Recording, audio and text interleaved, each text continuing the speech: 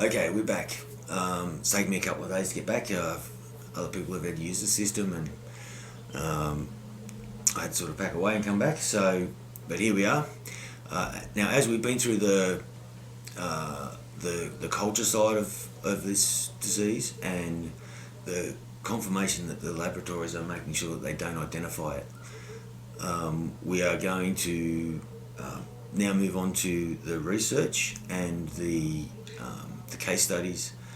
I've reduced this down to one research article mostly and one case study mostly, and we're going to go through the way that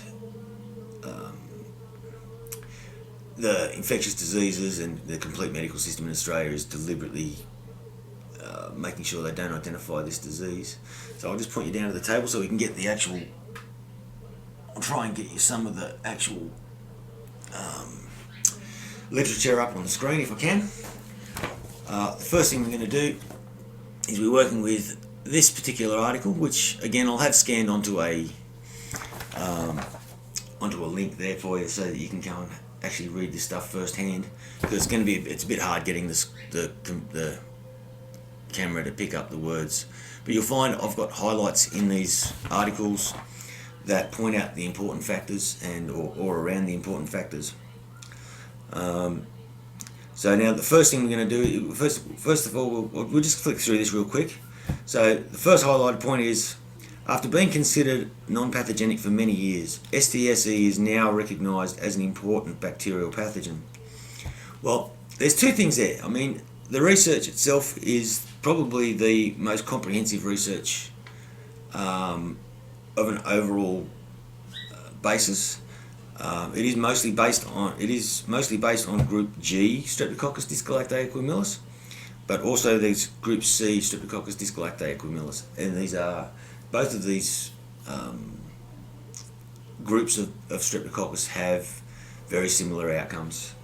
So I'm not really fussed on how the changes is, although it does mention Lancefield Group C and G from human origins.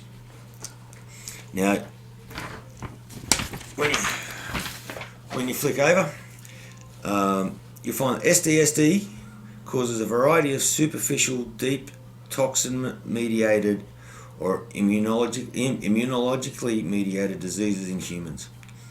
The spectrum range from harmless superficial skin infections to life-threatening streptococcal toxic shock-like syndrome. Now, and you'll notice back in the first page there, it said that it was a recently recognised human pathogen. First thing that this does have a flaw on is that Streptococcus disgalactae was recognised as a human pathogen in 1885 and as a human pathogen in 1901.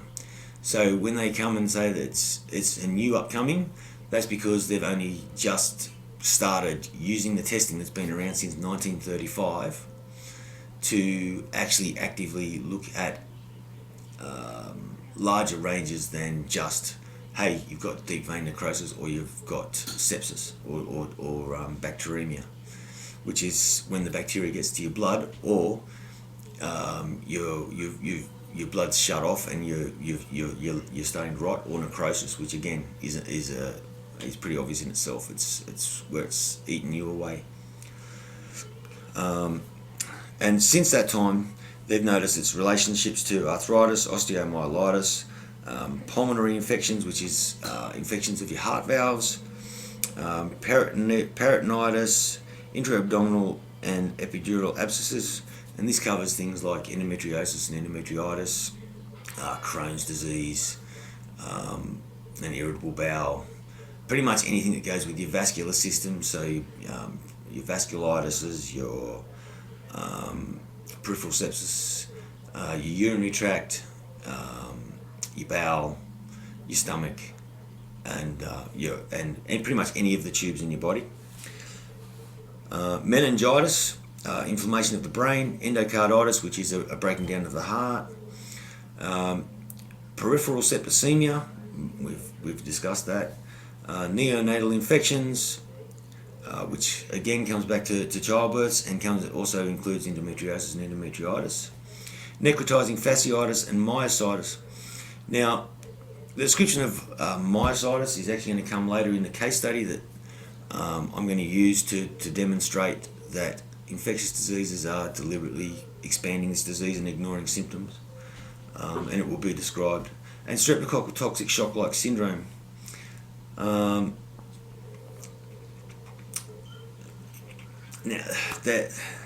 the problem with those types of syndromes is we don't actually identify the toxins related to this disease besides streptolysin O in Australia. So therefore, a lot of this is just guesstimation work by the medical profession. I think things need to change, but as far as that goes, I'm not really sure how far we can go with that. Moreover, high rates of relapse and reoccurrence in group G streptococcus bacteremia has been noted. The literature suggests association between group G streptococcus bacteremia and other invasive infections and underlying conditions such as diabetes, meningitis, mellitus, alcoholism, and cardiovascular and neoplastic disease. Well, the first flaw I find in this research is that they're already mentioning that it causes heart disease, but then they're saying, oh, it's got an underlying condition of heart disease, so nothing's perfect in, but we'll do our best. Now on this next page, this is important here. This is if I can get it right on the screen to be nice, this is the most common that you'll get list of tests of pathology that will come up on nearly every search for Streptococcus dysgalactiae, and the important important outcomes of these tests is where is it? Streptolysin O, the M protein or monoclonal protein, the G protein, which is the G kappa lambda paraprotein, the bacterial capsule peptide or C peptide, and the necrotizing C5. Now we don't split that into A and B in Australia, but technically the C5A is the most common. It's the one that affects muscles and skin, and basically it's a component that moves dead flesh from the body. It's the complement that deals with dead tissue, and it's most commonly only raised through infection, severe trauma, or burns are the three most common activators of this particular complement. I'm going to show here that the raises in the G kappa lambda ratio is a three-way street. There's one up or both up, which usually means infection. One down or both down is another, and one up, one down. Now, this ratio can tell you basically which way you should be leaning towards what the possible issues are. One up or both up is usually a sign of infection, and the other two I haven't checked up on for a while now, so I'm not going to designate which one was which again, because I can't actually recall. But one down or both down, and one up, one down. One is a sign of a cancerous cause, and the other is the sign of an actual immunodisorder. So in this, we're going to demonstrate that the traces of IgG kappa lambda, of the lambda ratio have risen.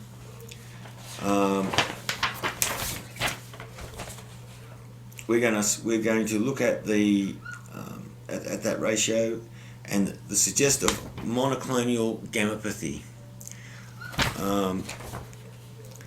The slight raises above normal ranges of the C the C peptide and the streptolysin O systems, which are the most important ones. And then we'll look into the raised necrotizing C5 and its ranges as well. Now, we'll start with the streptolysin O, because at the end of the day, when it comes to Streptococcus, it's the first important marker, and it's important to understand that there are two ranges for this. There's a maximum normal range and a maximum safe range for Group A Streptococcus. Now, this is becoming a bigger and bigger issue in the way of things, because the range for three Streptococcus, not just Streptococcus dysgalactae, but Enterococcus and Peptostreptococcus, is the maximum normal range plus 10%. And that range is from 126 to 128 plus 10%. If you're above that range, then, and you're holding that for more than 3 months, then chances are you have an underlying condition with one of these three Streptococcus. So we're going to discuss the 145 above 128. Now, I've had this range since first reference was in September 2017. And it has basically been raised ever since. I've had many arguments with doctors over, oh, it's not 200, it's not 200. Okay, 200 is the safe range maximum safe range for Group A Streptococcus. So you're looking at more things like, similar issues from Group A Streptococcus, or rheumatic fever, scarlet fever, and the risk of septicemia and bacteremia. You don't need the full range of 200 for these other bacteria. They don't create streptolysin in the same percentages. So, on top of being able to show that, I mean, this is the last one in 2019 where it was at 128, and I still had a range of 145. So that's 2 years later, still had the same range.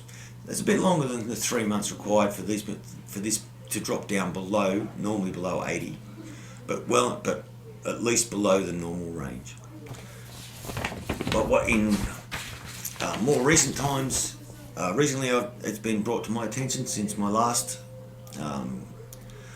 private test done, is that even though my range had raised to 151, see that 200 right there? They've changed the receiving point from the maximum normal range to the maximum safe range for Group A Streptococcus. And by doing this, they're preventing people like me who actually look into their health and actually read the research past the first page of Google, that they are intentionally preventing the early diagnosis of these diseases. They're also only identifying the most severe of symptoms, if you've got necrosis or bacteremia or sepsis. Other than that, they're claiming, oh, it's psychosomatic, or it's this, or it's that, or it's that. It's not real. They can't see your symptoms. So we're going to go through a range of the symptoms that come with it.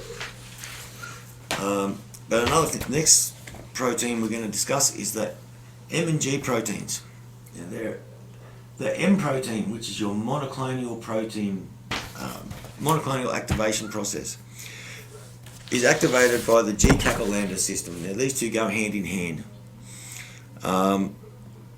And once you've collected these two, once these two proteins are raised, and they're not immunoglobulins, they're proteins, and doctors will try and mesh up with this all the time.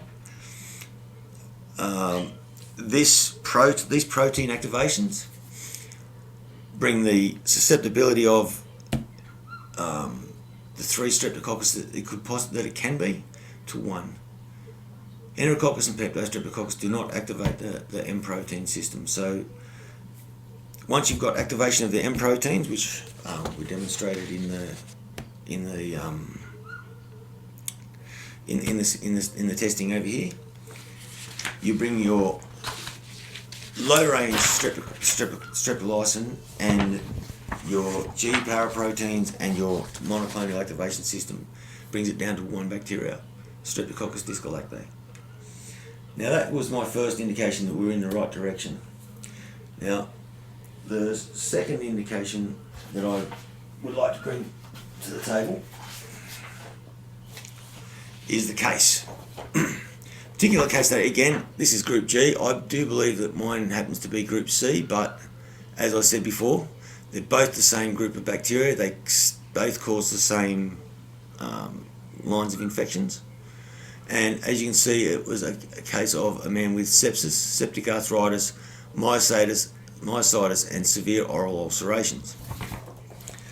Now, you'll find highlighted in this section the first highlighted section, oh my God, I'll get this right one day, reads, on the physical examination revealed dry oral mucosa and a swollen tongue. On deeper inspection, multiple oral ulcerations were noted. Now, that was the first line of symptoms diagnosed in this case. And the second one, which explains here on the second page, on the next page,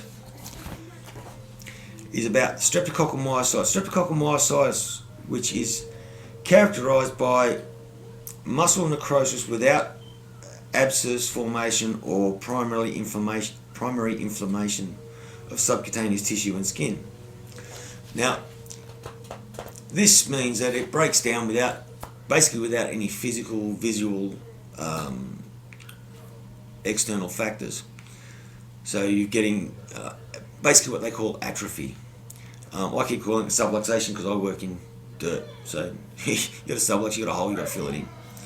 So in medical terms, it's classified as atrophy. So they're claiming this atrophy is just atrophy. There's no bounds for it, so they can claim it's not a symptom. When mixed with the fact that you've already got the pathology, can prove that the laboratories are deliberately refusing the growth. Let's go into what they say they can't see.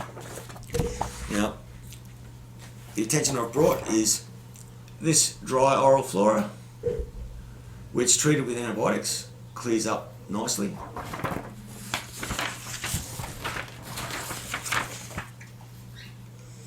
And this oral ulcerations. Now, they say that, and I'll demonstrate this in writing from one of the infectious diseases. They claim they can't see this disease. They can't see those symptoms in the photos that were supplied. On this page, you'll see that this sinking in my hand is a form of atrophy compared to the other hand, which it doesn't show very clearly on here, but you'll see it better when you look it up on the screen. That is a form of myositis. Now they say it's just atrophy, and they did a very expensive scan that they claimed they couldn't see anything in regards to it. Well, I point out, see this large dark area here, and nothing in this other hand here. So you can see that this section is a large portion similar to the inside of my hand. You'll also note on this scan there are other marks down here going across my fingers and into the knuckles and up into the wrist on the other side of the hand, and again nothing on this hand. And we'll have a discussion on that. I've got some photos of that later. So they're the three main symptoms that were clearly obvious to see, and related back to a case study from this particular bacterium that I've proven that they won't identify even when it grows. They claim nil growth to prevent it, and they've lied about the availability of testing, and I'm going to show you that next. So let's get a start.